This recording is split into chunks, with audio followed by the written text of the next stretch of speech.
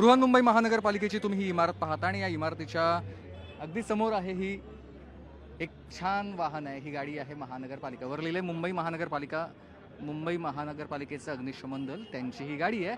मुंबई अग्निशमन दल त्यांचा लोगो आहे आणि ऐतिहासिक अशी ही इमारत तुम्ही पाहता आणि त्याच्यासोबत आहेत अग्निशमन दलाचे अधिकारी कर्मचारी. पण ही गाडी किंवा हे वाहन मी सांगण्यापेक्षा माझ्यासोबत सध्या अग्निशमन दलाचे अधिकारी आहेत ज्यांच्या अखत्यारीमध्ये किंवा ज्यांच्या उपस्थितीमध्ये वाहन रिस्टोअर झालं आहे किंवा त्यांनी त्याचं ट्रेनिंग घेतलं आहे. सर तुमचं स्वागत आहे. आधी मला तुमची थोडक्यात ओळख मला कृपया सांगा. नमस्कार, माझं नाव विशाल चंद्रकांत विश्वासराव. मी वरिष्ठ केंद्र अधिकारी म्हणून भायखळा अग्निशमन केंद्रामध्ये कार्यरत आहे आणि आम्ही 2006ला मुंबई अग्निशमन दलामध्ये रुजू झालो. आता माझी ऑलमोस्ट 20 वर्ष सेवा झालेली आहे. या वाहनाबद्दल मला माहिती हवी आहे. म्हणजे मी त्याबद्दल काहीतरी विचारण्यापेक्षा तुम्ही खूप जास्त चांगल्या पद्धतीने सांगू शकाल, कारण हे वाहन पहिल्यांदाच मी तरी पाहतोय. त्यामुळे मी माईक तुमच्याच हातात देतो आणि तुम्ही आम्हाला या सगळ्या वाहनाची सफर घडवा. प्रत्येक एक पार्ट कुठून आणलाय, कसा घडवलाय किंवा त्या सगळ्याची माहिती आम्हाला द्या. गाडीचं सांगायचं झालं म्हणजे तिचं नाव आहे turn table ladder. 1935 manufactured Leyland Motors कंपनीने तिला मॅन्युफॅक्चर्ड केलं होतं. त्यानंतर ज्यावेळी आपण ब्रिटिश राज्यात होतो त्यावेळी त्यांच्याकडे म्हणजे लंडनला एक फायर इंजिन आणि मुंबईमध्ये ही एक फायर इंजिन, अशा 2च फायर इंजिन या प्रकारच्या बनवण्यात आल्या होत्या. आता या गाडीची खासियत जर तुम्हाला सांगायची झाली तर या गाडीसोबत त्यांनी एक यांत्रिक शीट दिलेली आहे जी मेकॅनिकली ऑपरेटेड होते. या गाडीचं वजन आहे 6.5 टन. हिचं इंजिन आहे 6 पिस्टनचं इंजिन आहे. 6 मॅग्नेटिक 6 इलेक्ट्रिक प्लग्स आहेत. पेट्रोल ऑपरेटेड आहे आणि तिची फ्रेम आहे ती पूर्ण तुम्ही बघू शकताय. पूर्ण गाडी ओपन आहे, तर ती ओपन टाईप फ्रेम आहे. ही पूर्ण ओपन टाईप फ्रेम आहे. त्यांनी त्यांची जी मॅन्युफॅक्चरची बेल आहे ती बेल दिलेली आहे, ती इलेक्ट्रिकली ऑपरेटेड होते. आता आपले नॉर्मली गिअर असतात त्याप्रमाणेच गिअर आहे, फक्त एक रिव्हर्स गिअर आहे आणि 4 आपले नॉर्मल गिअर आहेत. रिव्हर्स गिअर आहे तो फक्त थोडासा उचलून पाठी टाकायचा आहे. त्यानंतर आपल्याला आपल्या जसे हे हायड्रोलिक लॅडर्स असतात त्या ऑपरेट करण्यासाठी आपल्याला इंजिनची पॉवर लागते. तर हिची जी 49.5 HP जी पॉवर आहे ती आपल्याला पाठी ट्रान्सफर करायला एक PTO असतो, पॉवर टेक ऑफ म्हणतात त्याला. ही यंत्रणा त्यावेळेला पहिल्यांदाच कदाचित आली असेल ना, म्हणजे लॅडर त्यावेळेला असे नसावेत किंवा इतके उंच जाणारे. आता तेवढी हिस्ट्री आपल्याला म्हणजे तिथे लिहिलेली असेल की, कारण का हे जेव्हा आम्ही मॅन्युफॅक्चर किंवा रिपेअर करायला आम्ही ठाण्याला जायचो तेव्हा ठाण्यावाल्यांनी जे कंपनीमध्ये रेमंड कंपनीमध्ये तो व्हिडिओ आम्ही बघायचो की यूट्यूबमध्ये व्हायरल आहे. 1935ची इंजिन तुम्ही बघाल तर 1935चं इंजिन कसं मॅन्युफॅक्चर केलं, कसे पार्ट्स आहेत, कशी लॅडर ऑपरेट होते हे त्यांनी त्याच्यामध्ये बेसिक क्लिअर केलेले आहेत. तर त्यामुळे ते यूट्यूब बघितल्यानंतरच आपल्याला त्याच्याबद्दल कळालं. तर ते मी तुम्हाला आश्वासन देऊ शकत नाही की ह्याच्या अगोदरची मोठी असेल की छोटी असेल, पण हिची जी लॅडर आहे तिची लेंथ म्हणजे हाईट जाते 37 मीटर्स, म्हणजे it can go up to 110 feet.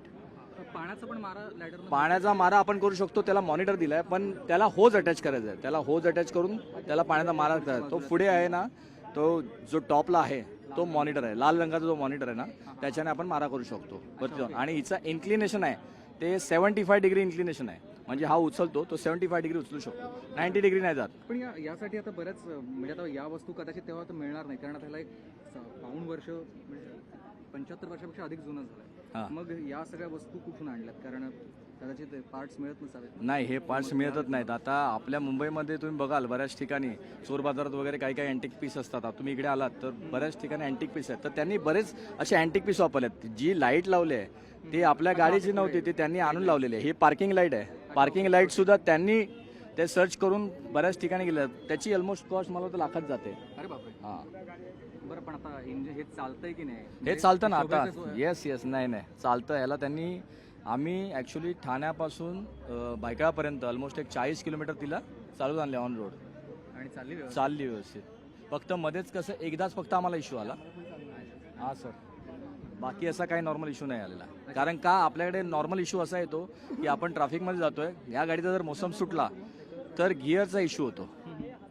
ते वर वस्तू आहेत त्या सगळ्या ठेवलेल्या नाही, हे आपल्याला एक हेरिटेज लुक देण्यासाठी आपण केलेलं आहे. त्यांच्या बऱ्याच इक्विपमेंट्स होते, हे टप दिलेले आहेत, त्याच्या आतमध्ये इन्स्ट्रुमेंट होते, पण त्याच्यानंतर इन्स्ट्रुमेंट ते मेंटेन केले गेले नाहीत.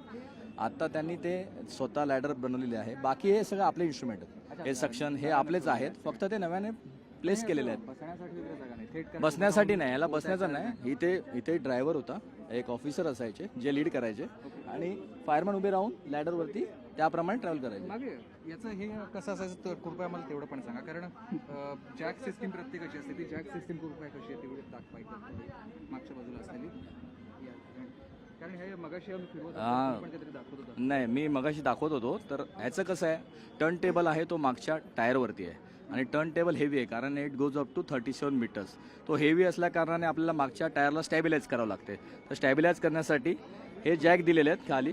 तर ह्या रिंगने तो खाली येतोय जॅक. अच्छा, ओके. आणि हे 4 ठिकाणी 4 जॅक दिलेले आहेत. हे लॉक दिलेलं आहे. 4 ठिकाणी 4 जॅक आहेत. तो जॅक जाणार आणि त्या टायरला फक्त स्टॅबिलाइज करणार. मग ते स्टॅबिलाइज केल्यानंतर तुम्हाला पीटीओ टाकून तुम्हाला ही हायड्रोलिक लॅडर ऑपरेट करायची आहे. हे तुमचा आता कसं होतं बघा त्यांचं डोकं. आता आपण तिथून आरपीएम वाढवतो. आरपीएम वाढवण्यासाठी हा ॲक्सिलेटर आहे.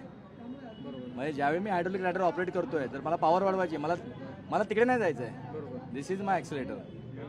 याला ॲक्सिलेटर आरपीएम वाढवायचं आणि हा त्याचा क्लच आहे.